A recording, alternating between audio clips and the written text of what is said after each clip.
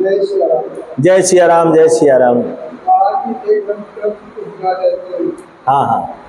ये तिलक किस वाले के लगाया जाता है? कहीं हाथ में, कहीं कहीं पैर में। अच्छा अच्छा अच्छा, ठीक है बैठो। तिलक शरीर में अलग अलग जगहों पर क्यों लगाया जाता है?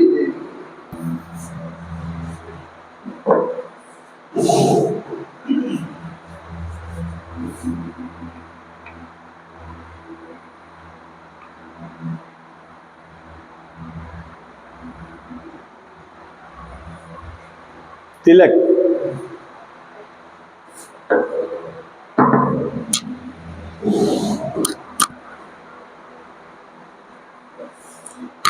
तिलक शरीर में अलग अलग स्थानों पे क्यों लगाया जाता है? जैसे एक तो भ्रुकुट मध्य में हो गया है ना, और कानों में भी लोग लगा लेते हैं, और गले में भी लगा लेते हैं, बाजू में भी लगा लेते हैं, अच्छा, नाभि में भी लगा लेते हैं, और यहाँ पर जहाँ हाँ सीने में भी मध्य में लगा लेते हैं। कुछ लोग जांघों में भी लगा लेते हैं, घुटनों में। ये सारे जितने भी लोग हैं इनको ये ज्ञान नहीं है समाज में। सभी लोग गौर से सुनेंगे भाई। अगर आप लोग गौर नहीं किए, ध्यान नहीं दिए, तो आपका सत्संग गड़बड़ा जाएगा।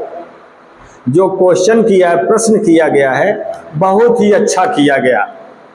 क्या कहने, तो हमारा ये कहना है कि जो तिलक है वो भ्रुकुट मध्य में लगाया जाता है। अब कंधों में जो लगा लेता है, बाजुओं में या कानों में जो लगा लेता है, नाभि कुंड में लगा लेता है, कुछ जांघों में लगा लेते हैं, ये केवल दिखावा है, समाज को दिखा रहे। इन्हीं से पूछा जाए। वैसे हाथ जोड़ के प्रार्थना है कि इस सत्संग में हम ये क्वेश्चन ही रहने देंगे, इसका उत्तर हम नहीं देंगे। हमें मालूम है कि ये चीज क्यों लगाते हैं, लेकिन इस सत्संग में आपने जो क्वेश्चन किया तो कहो तो हम बताएं, नहीं तो अगले सत्संग बताएं। अभी बता दें? चलो ठीक है, अभी बता दे रहे हैं।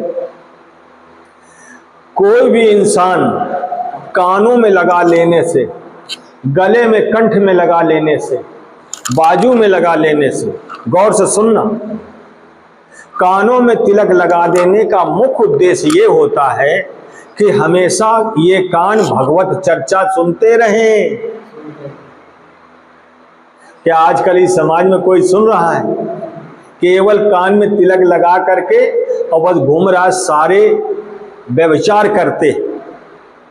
कंठ में गला, कंठ जो गला है, इस गले में तिलक लगा देने का मतलब है जब भी बोलूं तो मीठा बोले, और वो भी ईश्वर यानी सत्य जिसको कहते हैं, मीठा हो और सत्य हो, जिसमें ईश्वर का रस मिला हो। यानी कबीर साहब ने जो कहा कि ऐसी वाणी बोलिए मन का आपाक होए, औरन को शीतल करे अपहु शीतल हो।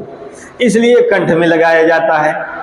अब आ जाओ दूसरी तरफ, जो बाजू में लगाते हैं, बाजू में इसलिए लगाया जाता है तिलक ताकि ये हाथ हमेशा सत्कर्म करते रहें, बुरा कर्म कुछ भी ना करें, ना बुरा सोचें, न कहें। यानी मनसा वाचा कर्मणा से जो भी हो उसमें पवित्रता झलके और इन हाथों से नेक कर्म करते रहें, इसलिए इनमें लगाया जाता है। अब आ जाओ नाभि कुंड में। जो भी चीज हम खाएं यानी आहार करें, यानी जो हम भोजन करें, वो जो भोजन हम करेंगे वो भोजन सात्विक होना चाहिए, सात्विक भोजन होना चाहिए। यानी पापाचारी खाना भोजन नहीं होना चाहिए, हमेशा सदोगुणी रस होना चाहिए उसमें, जिसका हम आहार करें। इसलिए नाभि कुंड में लगाया जाता है।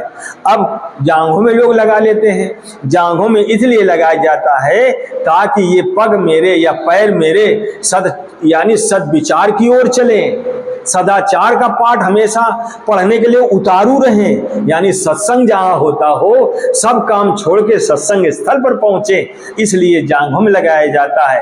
अनेक काम करने के अलावा हम कोई कर्म न ऐसा करें जिससे किसी को महात्मा में कष्ट हो या किसी भी मनसा वाचा कर्मणा कष्ट नहीं होना चाहिए। समय हमेशा लोगों का दिल खुश होना चाहिए, तब तो ये लगाना ठीक है, अन्यथा आपका ये पूरा शरीर रंगना बेकार है। उसी को कबीर साहब कहें कि तन को जोगी सब करे मन को करे न कोई। यहाँ जोगीपन नहीं दिखाना है, यहाँ समाज को नहीं दिखाना है, हमें दिखाना है अपने परमेश्वर को, हमें परमात्मा को दिखाना है कि धरती पर तुमने प्रभु उतारा है तो मैं क्या कर रहा हूं। अगर सत्कर्म कर रहे हैं तो प्रभु मालिक दुनिया के जो मालिक है वो भी खुश होगा, और जिस पिता से आप पैदा हुए ये भी खुश होगा, यानी समाज पूरी खुश होगी। बस हम यही कहना चाह रहे थे कि आपके जो पूछने का मन विचार था वो यही था कि लोग पूरे शरीर क्यों रंगे रहते हैं, तो वो उसका मैंने आपको मतलब बता दिया है कि इसलिए ऐसा होता है। अब समझ में बात आ गई। बोलो वृंदावन बिहारी लाल की जय।